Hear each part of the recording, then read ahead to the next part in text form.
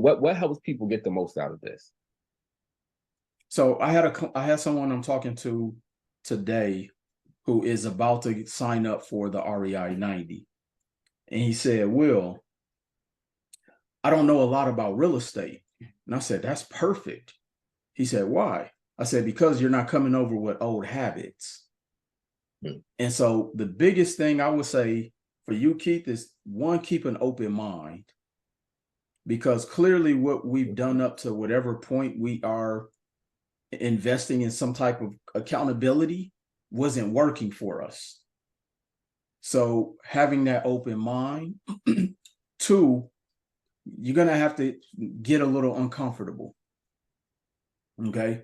Not from a sense of doing something goofy or silly, but meaning, you may find yourself having to do things that may be outside the norm of who you are.